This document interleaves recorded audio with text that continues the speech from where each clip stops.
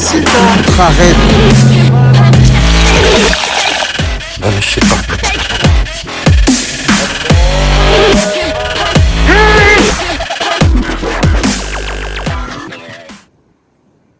Salut à toi. Cela fait maintenant un mois que je n'ai pas donné signe de vie. J'en suis désolé, mais j'ai mes raisons. Laisse-moi me chauffer et je vais tout expliquer.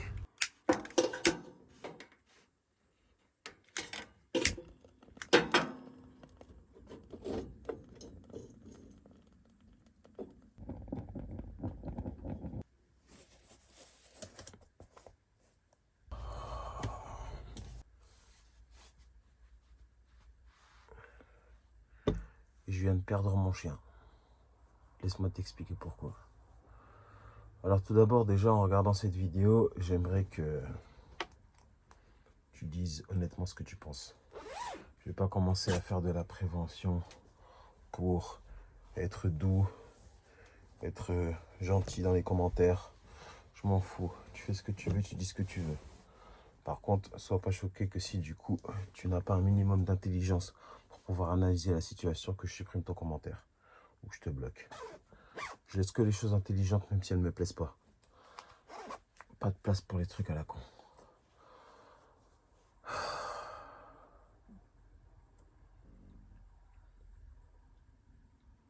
La route m'a pris mon chien. Ça fait maintenant 2 semaines que je n'ai plus Maïna. Je suis dégoûté. Comment te dire que...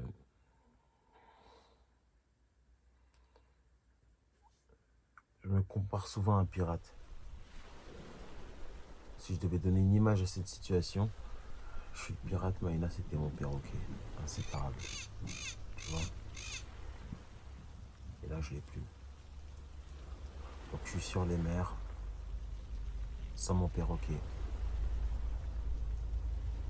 Voilà, c'est une grosse partie de moi qui n'est plus là. Je ne vais pas revenir sur des choses que j'ai déjà expliquées sur mon chien par rapport à ce qui fait qu'elle est comme ça. Voilà. Si tu veux savoir, il faut remonter les anciennes vidéos et tu sauras plus. Ce qu'il faut très clairement comprendre, c'est que certaines personnes auront abandonné bien avant et d'autres personnes auraient continué.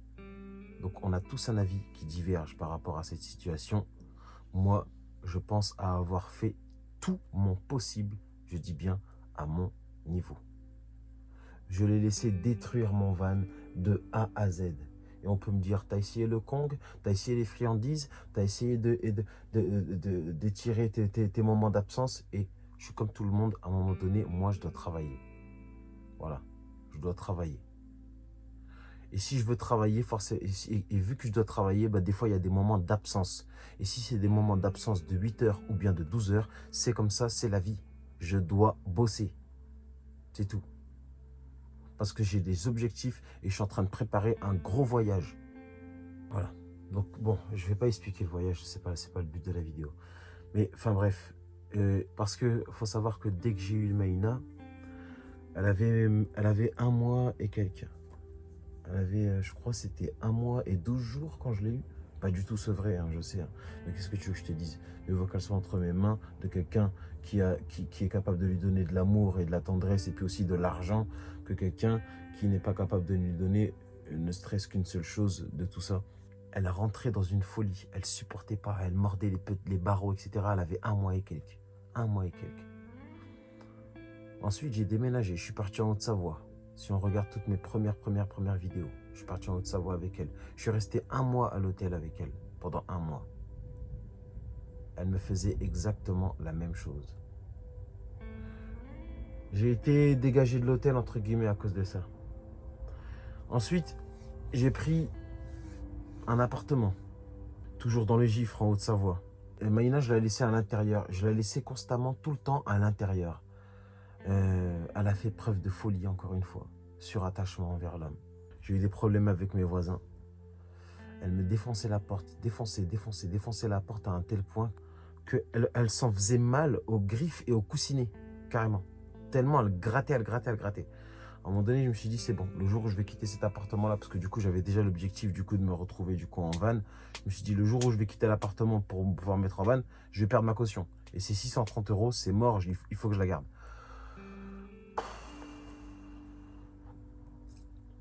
Donc du coup, j'ai fait quoi? Je me suis dit, je vais la mettre dans un autre endroit. Je l'ai mis dans la cuisine. Dans la cuisine, j'avais même acheté un verrou. Paf, paf, elle a fait sauter le verrou. Au final, je me suis dit, bon, au bout de quelques mois, je me suis dit, bon, en hiver, moi et Maïna, je suis allé partir lui chercher du bois. Je lui ai cherché du bois en forêt pour pouvoir lui faire une niche fait maison et là, pour qu'elle puisse dormir à l'extérieur, sur le balcon, printemps, été comme hiver. Hein, là, vraiment, je le dis, printemps, été comme hiver, c'est un chien. Et j'ai acheté du coup de la paille, du foin que je mettais. Et je faisais vraiment comme dans les fermes, en gros, quoi. Elle avait son petit enclos, quoi. Elle a commencé à aboyer toute la journée. Elle aboyait toute la journée. Elle aboyait toute la journée. Elle grattait la porte. Elle chiait partout. Elle pissait partout. Elle se laissait... Impossible. Impossible. Et ça, je le répète, c'est tout le temps en mon absence. Tout le temps. Je me suis dit, c'est bon. C'est bon, c'est bon, c'est pas grave. C'est comme ça. À un moment donné, elle va comprendre. Au bout d'un an et quelques, elle n'a pas compris. Toujours pareil. Ça ne change rien. Ça ne change rien. J'ai essayé toutes les méthodes. Ça ne change rien. J'avais toujours dans un coin de ma tête cette crainte où je me suis dit, le jour où je quitterai l'appartement pour pouvoir m'installer en van, ça va être la galère. Pourquoi? Parce que Maïna, dans l'appartement, elle grattait la porte jusqu'à s'exploser les griffes et les coussinets, etc. Et tout, là. Elle faisait sauter les verrous. Là, dans le van, avec les petites fenêtres en plastique au niveau de la porte latérale, là, elle va faire sauter ça. Et c'est exactement ce qui s'est passé. Elle m'a fait sauter ça en 2 secondes. J'espère que du coup, les gens ne vont pas en tirer du fait que comme quoi, ah ben, voilà, t'as vu, les gens quand ils sont en van, en camion, ben voilà, ils peuvent pas avoir des chiens. Non, rien à voir, pas du tout. Là, au contraire, la plupart, ils sont des chiens et ça se passe très bien. Les fenêtres latérales, elles sont en plastique, elles sont fermées avec des petits loquets. Il suffit de pousser, paf, la fenêtre, elle saute. Et c'est ce qu'elle faisait. Elle poussait et elle a même réussi. Elle forçait, elle ouvrait les poignées, elle savait les ouvrir. À force d'essayer de les ouvrir, elle les a toutes pétées. Toutes. Parce qu'elle savait que c'était comme ça qu'il fallait sortir. Ce chien est trop intelligent. Là, il faut savoir que ces 2 dernières semaines, Maïna a fugué tous les soirs. Et tous les soirs, c'était soit je retrouvais mon chien qui s'était battu avec un autre chien parce que Maïna, c'est un pitbull. Génétiquement, déjà, c'est pas un chien qui se laisse faire. Bon. Du coup, Maïna, elle se retrouve dehors pendant 2 semaines. Pendant 14 jours, ayez bien conscience que pendant 14 jours, j'ai retrouvé mon chien.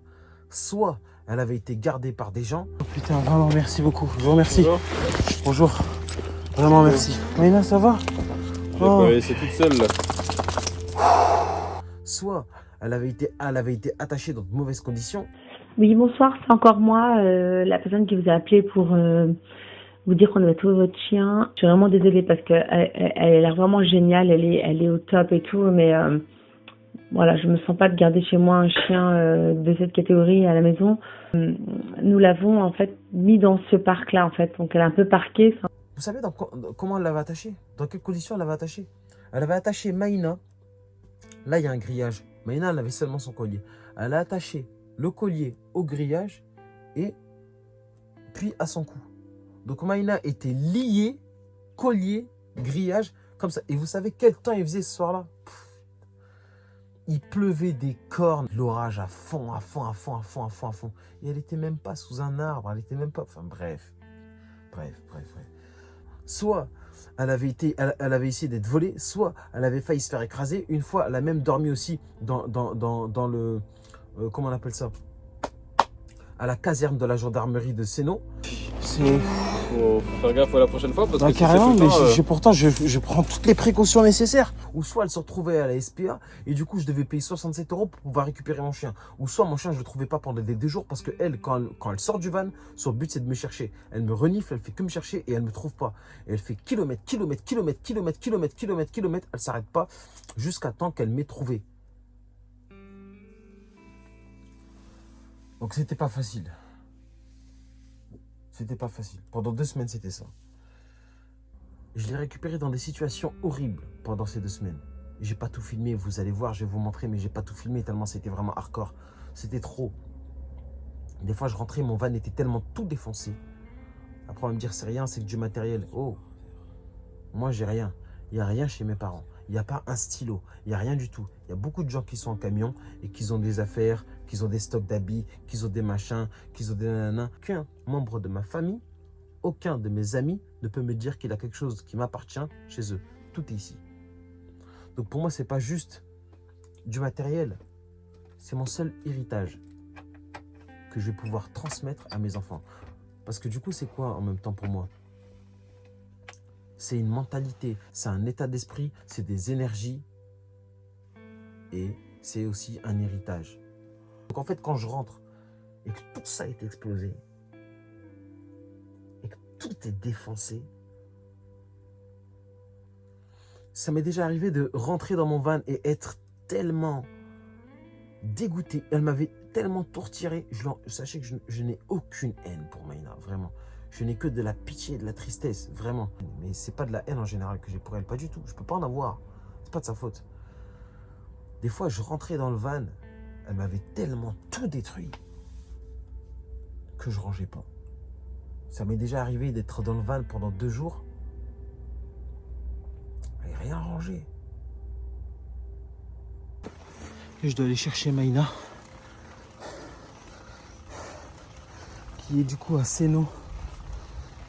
Une fille l'a gardée, une jeune, elle m'a l'air jeune.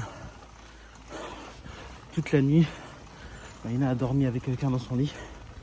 Donc bon, ce qui m'énerve, c'est qu'elle fait tout le temps des conneries, ça se finit toujours bien pour ce chien. Tant mieux, mais tant mieux pour elle. Mon chien il s'est retrouvé à Annecy. La fille, elle a retrouvé mon chien. D'ailleurs, on a gardé contact, j'ai toujours son numéro. Elle était censée sortir en soirée. Elle trouve mon chien dehors dans la rue. Elle m'appelle, elle me dit, il y a votre chien qui court partout, dans tous les sens. La pauvre, quoi, elle était de base en soirée. Au final, elle n'a pas été en soirée. Elle a dû dormir. Elle a trouvé un endroit pour pouvoir dormir chez quelqu'un parce que de base, elle vit chez ses parents. Pour pouvoir du coup garder mon chien avec elle. Elle a dormi dans, le lit, dans un lit avec Maïna.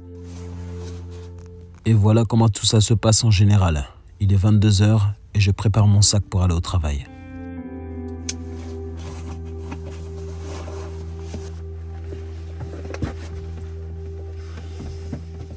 Je ferme le van puis monte sur le vélo la boule au ventre en espérant ne pas retrouver demain Maïna écrasée par une voiture ou bien tout simplement chez quelqu'un.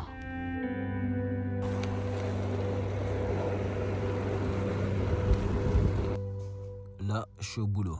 Et cette fois-ci, je fais veilleur de nuit dans un foyer pour jeunes. Et les conditions ne me permettent pas de me déplacer en cas de problème avec Maïna. Car la seule personne qui est censée surveiller ces jeunes le soir, c'est moi.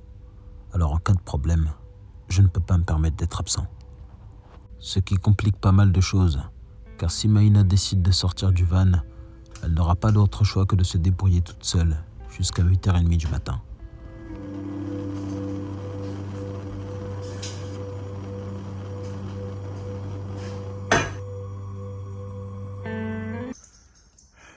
Bon.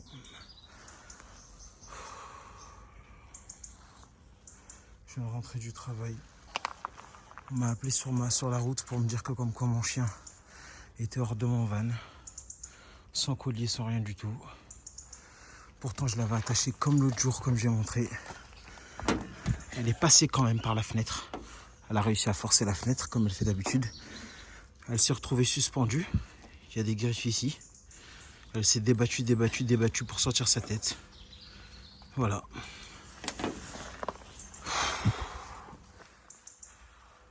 Maïna, t'es chiante. T'es chiante, Maïna. Je sais plus quoi faire de chien, honnêtement. Là, je sais plus quoi faire. Si je peux pas la mettre en cage, si je peux pas l'attacher. Je sais pas quoi faire de chien. Il y a des gens qui étaient installés ici avec leur van. Vu le bruit et le bordel qu'elle a dû faire, bah du coup ils se sont décalés, ils se sont mis là. Là, je suis dans une grosse impasse. Là, je suis vraiment dans une grosse impasse. Je sais pas quoi faire de chien. Je suis à la limite d'aller la foutre à l'SPA là. Je suis à deux doigts. Je suis à deux doigts parce que là c'est plus possible. Bref, étant donné que ma période de travail est terminée, je pars de la ville. Je retourne dans mes montagnes, prendre l'air et retrouver les gens que j'aime. Enfin, le retour des oiseaux. Depuis que l'avion est la plus grande menace du ciel, il est rare de les voir voyager autant en groupe.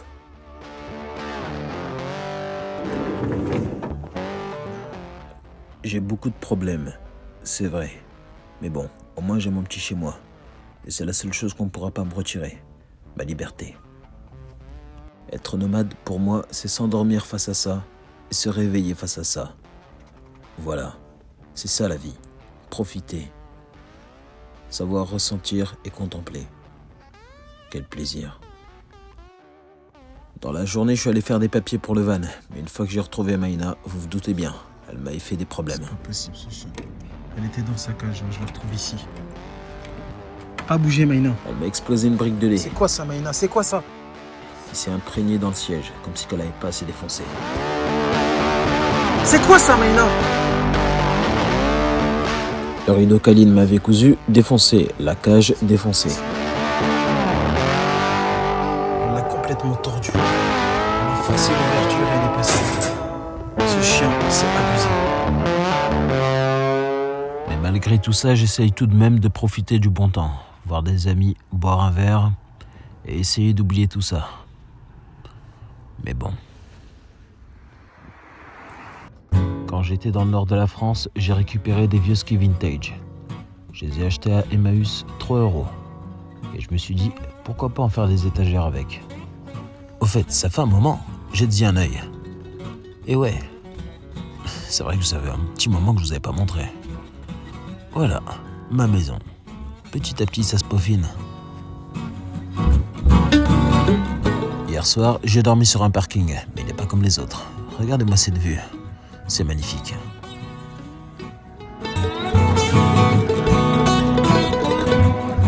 Le temps était magnifique, alors je me suis dit pourquoi pas prendre la route.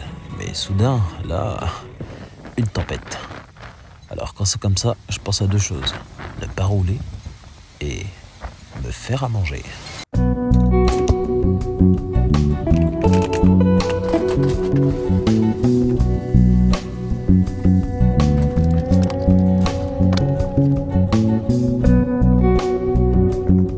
J'apprécie la cuisine, et d'autant plus manger des légumes et beaucoup de fruits. J'essaye d'entretenir le mieux possible le seul endroit dans lequel je vais rester toute ma vie, c'est-à-dire mon corps.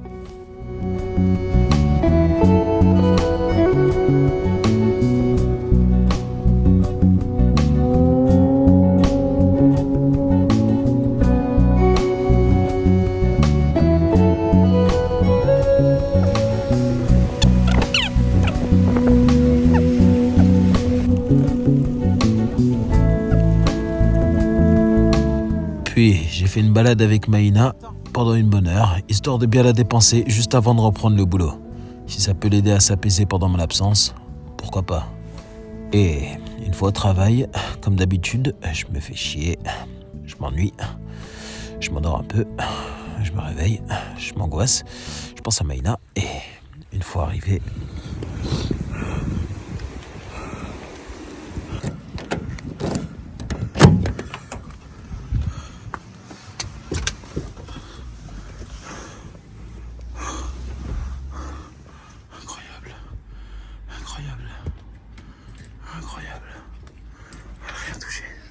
On peut se dire que ça c'est une réussite. Mais non, j'ai l'habitude. Maïna me fait souvent ça. Lorsqu'elle a fugué la veille, elle prend une nuit de repos dans le van puis elle repart de plus belle le lendemain. Alors bon, je ne sais pas quoi en penser. J'ai donc passé la journée avec elle. On a fait une bonne balade. Puis, de retour au boulot. J'angoisse, je stresse, je ne pense qu'à ça. Et 9 heures plus tard, je retourne sur le spot. Enfin, mais...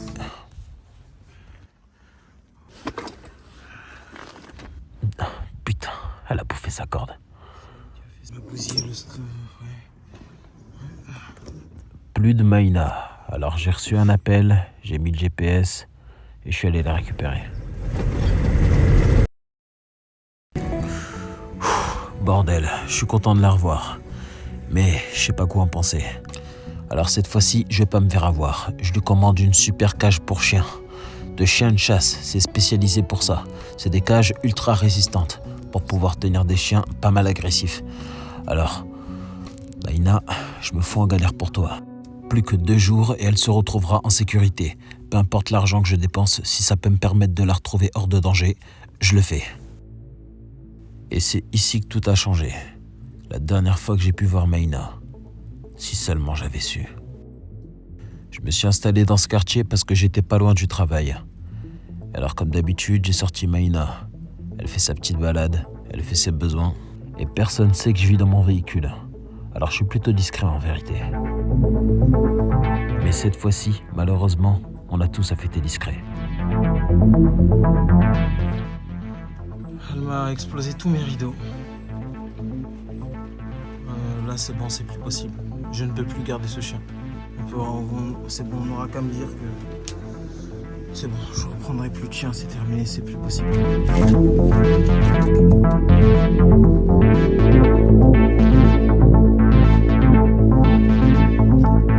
C'est encore là aussi des rideaux. Elle les a défoncés, tout est accroché là.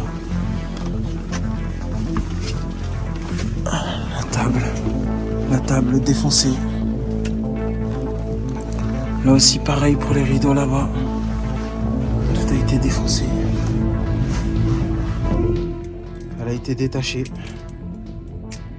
Oui, quelqu'un a bien détaché Maïna. Elle s'est partie toute seule le mousqueton. C'est impossible. Et aujourd'hui, je ne stresse même plus. Habituellement, j'aurais couru partout et j'aurais fait tout le tour de la ville pour pouvoir la chercher. J'aurais dérangé tout le monde. Et là, maintenant, je fais plus rien. Même elle a pris l'habitude de se retrouver toute seule dehors. Mais là, je vous avoue que je suis au bout. J'ai plus envie. Alors je me fais à manger et je vais réfléchir.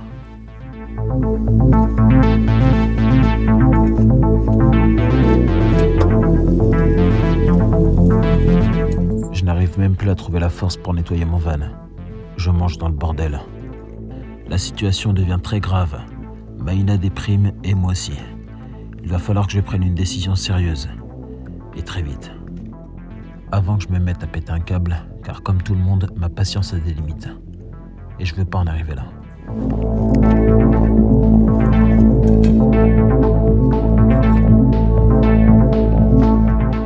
Même ma poubelle a été retournée. Je sais même pas ce que me fait ma brique de lait là-bas.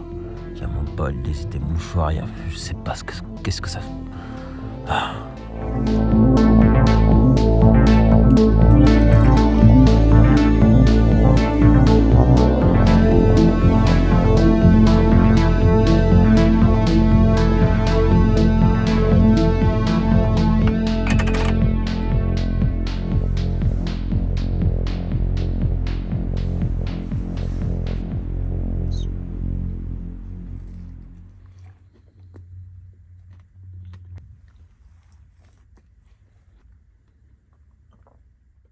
Bon, maintenant que j'ai le ventre un peu rempli, je vais pouvoir t'expliquer.